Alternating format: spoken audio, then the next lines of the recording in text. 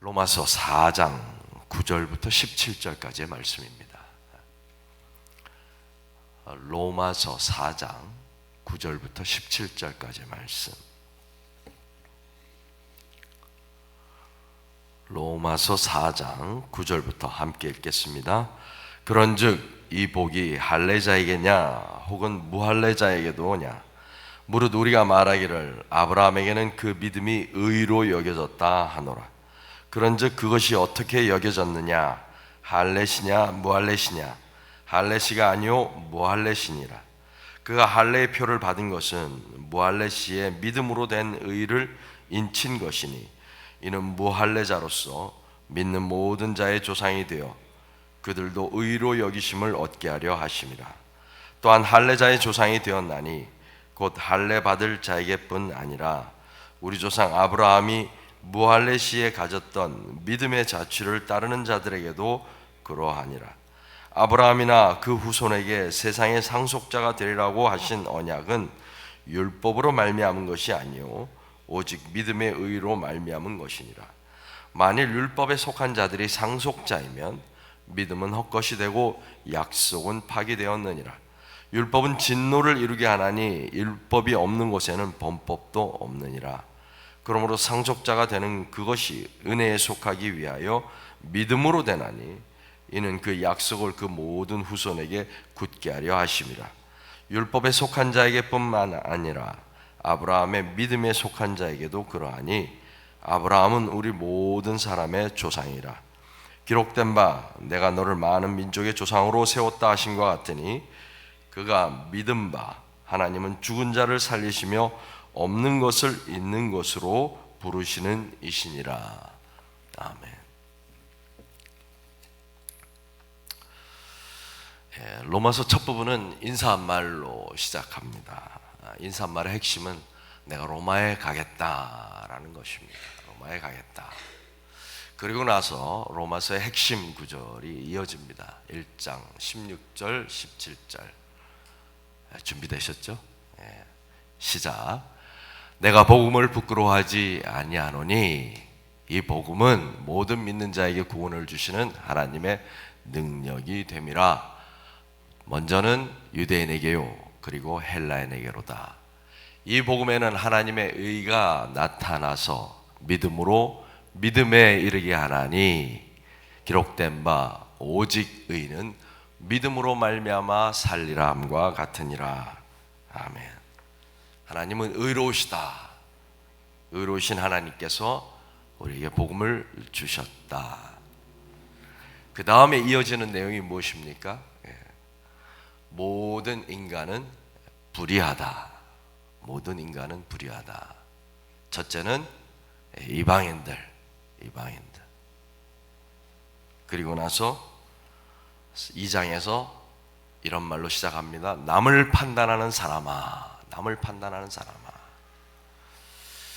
유대인을 향하여 말씀하시는 것입니다. 이방인을 정죄하고 하나님 자리에 앉은 유대인들을 향하여 남을 판단하는 사람아, 너희도 똑같다. 그렇다면 유대인이 조상이라고 말하는 아브라함은 어떤가? 하나님께서 이스라엘의 하나님이 되시고 이스라엘은 하나님의 백성이 되는 그 언약의 당사자인 아브라함은 어떤가? 아브라함도 똑같다. 어제 말씀, 아브라함도 똑같다. 그러나 하나님께서 아브라함을 의롭다 하신 것은 아브라함의 행위 때문이 아니라 아브라함의 믿음 때문이다. 믿음. 그러므로 이방인도 유대인도 오늘 캘리포니아 살아가는 우리 모두도 믿음으로 하나님 앞에 의롭다 여기심을 받는다. 하나님 앞에 우리가 의롭다 여기심을 받는다는 것은 우리가 하나님 앞에 나아갈 수 있게 되었다는 것입니다. 거룩하신 하나님을 찾을 수 있게 되었다는 것입니다. 하나님의 자녀가 되었다. 그래서 다윗은 이러한 사람을 복이 있다 라고 말하는 것입니다. 이것이 우리가 어제까지 나눈 로마서의 말씀입니다. 오늘 본문 4장은 계속해서 아브라함의 믿음에 관하여 이야기하고 있습니다. 아브라함이 받은 복, 의롭다 여기심을 받은 그 복이 할례를 받은 사람에게냐, 아니면 할례를 받지 않은 사람에게도 주시는 복이냐를 묻고 있는 것입니다. 저와 여러분은 답을 알고 있죠. 하지만 이것은 초대교회 당시에는 아주 중요한 문제였습니다. 유대인과 이방인 사이에 아주 중요한 문제였습니다. 이 질문은 사실은 할례를 받지 않은 이방인들은 하나님 앞에 의롭다 여김을 받는 것이 가능하냐, 불가능하냐를 묻고 있는 것입니다. 할례를 받은 유대인에게만 하나님의 의로우심이 나타날 수 있는가를 묻는 것입니다. 아브라함은 할례를 받지 않았을 때에 하나님께서 아브라함에게 복을 주신 것입니다. 할례를 받지 않았을 때 믿음으로 의롭다 여기심을 받고 나서 그리고 할례의 표를 받은 것입니다. 이 말은 아브라함이 할례 받은 유대인의 조상이 되었다면, 그렇다면 할례 받기 전에 아브라함의 믿음을 본받는 모든 이방인들도 아브라함의 후손이다라는 것입니다. 우리가 잘 아는 대로 초대교회 당시에 많은 유대인들이 이방인들을 향해서 너희가 모세의 법대로 할례를 받지 아니하면 능히 구원을 얻지 못하리라 하고 가르치고 다녔습니다. 바울이 오늘 본문 말씀에서 강조하는 것은 우리가 아브라함을 믿음의 조상이라고 부르는 것은 할례를 받았거나 아니면 우리가 혈통적으로 유대인이거나 아니면 우리의 DNA가 아브라함의 DNA를 포함하고 있기 때문이 아니라 아브라함과 같은 믿음을 가졌기 때문에 우리는 아브라함을 우리의 조상이다라고 부르는 것입니다. 하나님께서 아브라함과 언약을 세우셨습니다. 17절, 내가 너를 많은 민족의 조상으로 세웠다. 이것은 단순히 아브라함에게서 난 육체적 자손이 모래알처럼 많아졌다라고 말씀하시는 것이 아닙니다. 유대인들의 숫자가 엄청나게 늘 것이다 라는 것을 가리키는 말도 아닙니다. 우리 하나님의 스케일은 우리가 생각하는 그 스케일이 아닙니다. 하나님은 우주를 경영하시고 온 인류를 돌아보시는 하나님이십니다. 그러므로 아브라함과 같은 믿음을 소유한 사람들, 아브라함을 의롭게 여기시는 바로 그 믿음을 소유한 사람들은 모두 다 아브라함의 자손이라는 말씀인 것입니다. 구체적으로 아브라함의 믿음은 어떤 것입니까? 하나님의 약속의 말씀을 믿는 것. 자식이 없을 때도 모래와 같이 별과 같이 많은 자손을 주시겠다라고 하는 그 약속을 믿는 것. 또 이삭 독자 아들을 바치지만 다시 돌려주실 것을 믿는 믿음. 그것을 오늘 사도 바울은 이렇게 말합니다. 17절 후반부에 아브라함이 믿은 것은 하나님은 죽은 자를 살리시며 없는 것을 있는 것으로 부르시는 분이시다. 여러분에게도 이 믿음이 있게 되기를 바랍니다. 우리 하나님은 돌들로도 아브라함의 자손을 만드실 수 있는 분이시며 죽은 자를 다시 살리셔서 하나님 우편에 앉게 하시는 분이십니다. 그런데 왜 유대인들은 자꾸 할례와 율법과 각종 음식 규정을 가져다가 이방인들에게 강요하는 것일까요? 하나님은 없는 것에서 새로운 것을 창조하시고 죽은 자를 다시 살리시는 분이신데 왜 유대인들은 이 율법과 할례와 각종 음식 규정과 안식일 규정을 이방인들에게도 갖다가 올가매려고 할까요? 하나님의 능력을 알지 못하기 때문입니까? 아니면 무에서 유를 창조하시는 하나님을 믿지 못하기 때문입니까?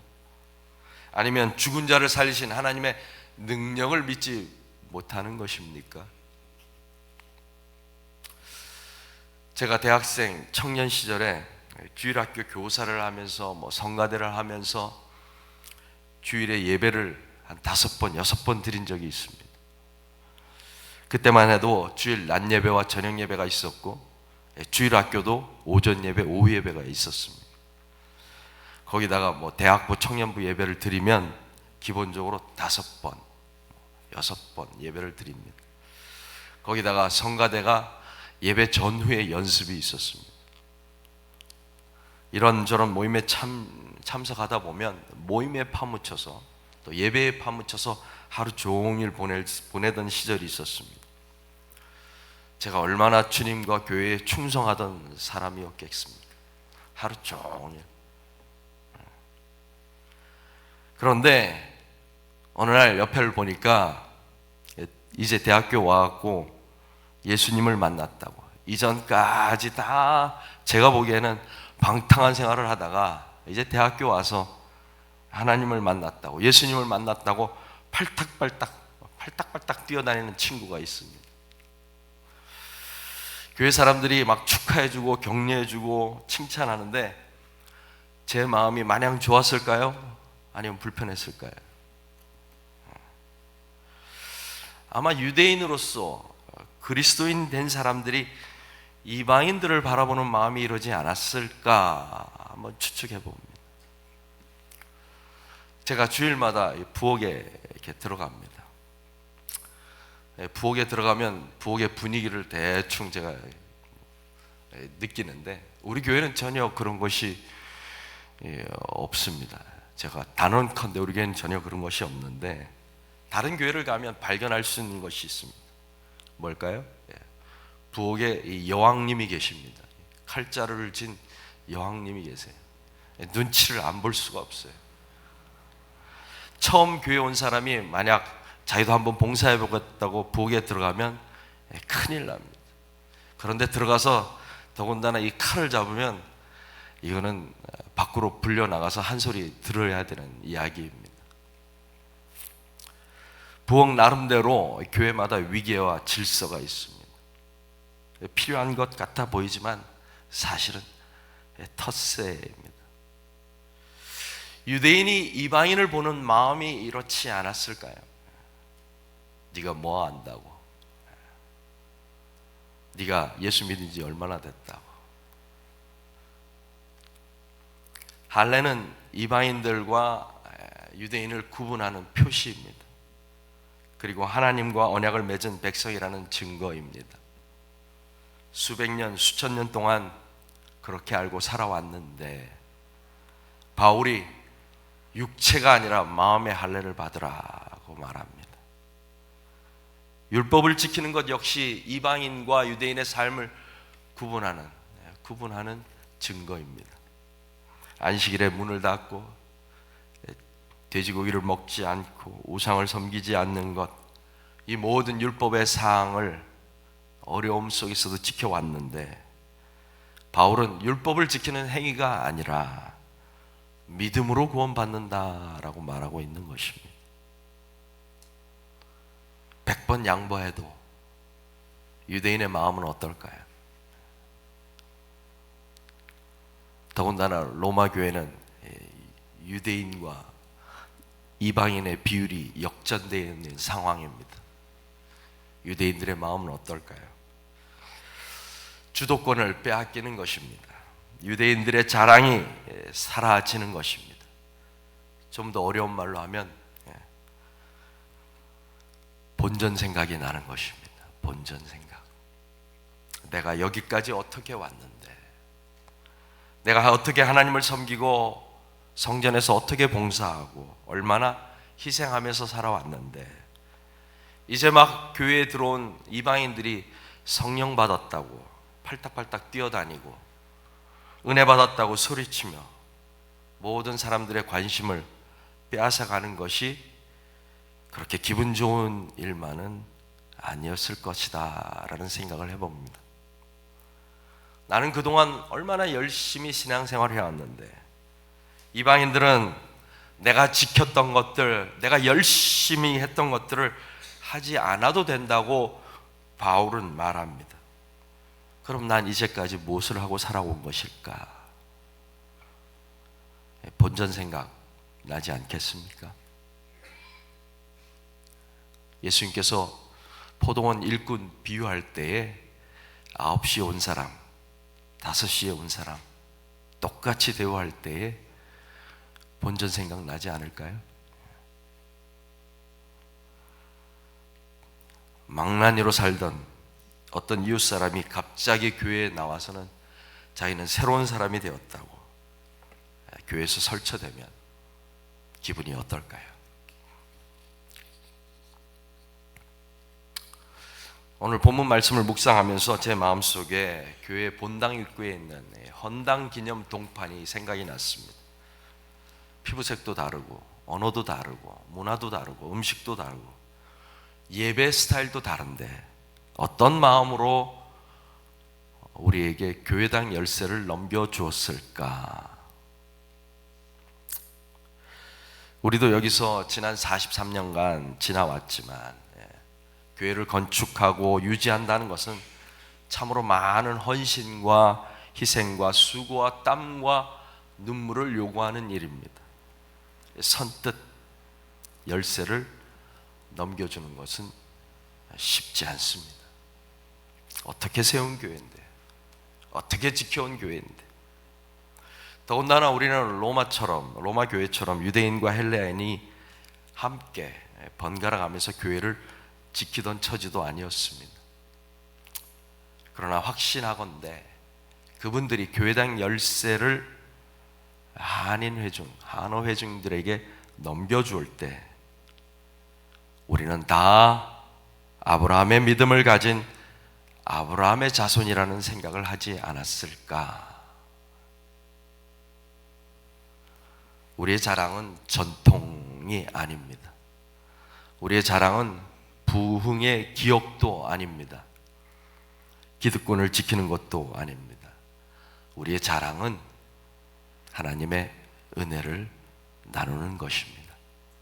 때로 손해보고 무시당하는 것 같고 뒷전으로 내몰리는 느낌을 받더라도 하나님의 복음이 전해진다면, 하나님의 능력이 나타난다면 우리는 그 자리에서 우리의 복음의 능력을 드러내고 있는 것입니다.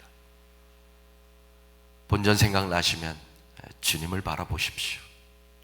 뒷전으로 밀린 것 같으면 하나님의 은혜에 집중하십시오. 저와 여러분을 살리는 것은 불의하고 경건하지 못한 우리를 의롭다 하시는 그 하나님의 은혜를 믿고 살아가는 것입니다. 하나님의 은혜가 오늘 하루도 여러분 가운데 충만하기를 주님의 이름으로 축원합니다. 기도하겠습니다. 주님, 우리는 나름 꽤 괜찮은 그리스도인이라고 착각하면서 하나님의 은혜 대신에 기득권을 꽉 붙잡고 살아가는 인생입니다. 정말 중요한 것, 정말 붙들어야 할 것, 정말 놓쳐서는 안 되는 것, 영원한 것, 썩어 없어지지 않는 것을 붙들고 살아가는 하나님의 자녀들이 되게 하여 주시옵소서. 오늘 하루도 하나님의 은혜 가운데 살아가는 하나님의 백성들이 되게 하여 주시옵소서. 예수님의 이름으로 기도하옵나이다. 아멘.